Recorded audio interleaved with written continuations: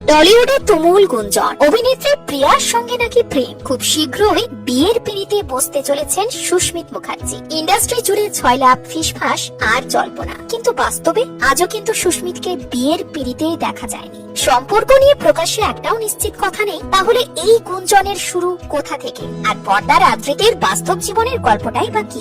একদিকে মোহনা, অপরদিকে শুভলক্ষ্মী, দুজনের মাঝখানে দাঁড়িয়ে আদ্রিত। পর্দায় যাকে দেখে দর্শকের হৃদ স্পন্দন বাড়ে, বাস্তবে সেই আদ্রিত অর্থাৎ সুস্মিত মুখার্জি আসলে কেমন মানুষ, তার জন্য তার মন টানে। আর কেনই বা নিশ্চিত ইঞ্জিনিয়ারিং এর রাস্তা ছেড়ে বেছে নিলেন অনিশ্চিত অভিনয়ের দুনিয়া? মধ্যবিত্ত বাঙালি পরিবারের ছেলে সুস্মিত। বাবা মায়ের স্বপ্ন ছিল খুব সাধারণ অথচ গভীর। ছেলে পড়াশোনা শিখে একটা সিকিউর চাকরি করবে।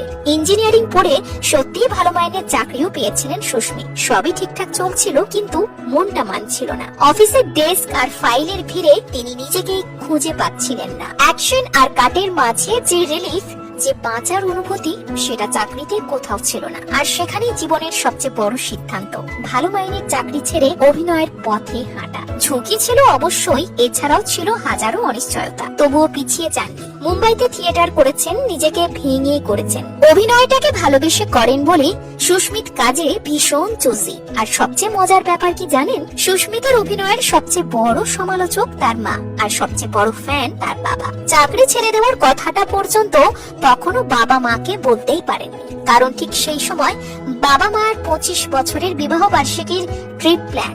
তবুও মা ছেলের মুখ দেখে বুঝে গিয়েছিলেন যে ছেলে চাকরি ছেড়েছে। সুস্মিত ছোট পর্দায় প্রথম নজর কাড়েন বরণ সিরিয়ালে। বিপরীতে ছিলেন ইন্দ্রাণী পাল। নতুন জুটি দর্শকের মনে ঝড় তোলে।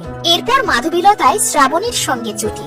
যদিও সিরিয়ালটা বেশি দিন চলেনি, কিন্তু সুস্মিতের জনপ্রিয়তা একটুও থামেনি। বাদল শেষের পাখির পর কামব্যাক গৃহপ্রবেশে। বরণ শেষ হতেই শুরু হয় আরেক গুঞ্জন।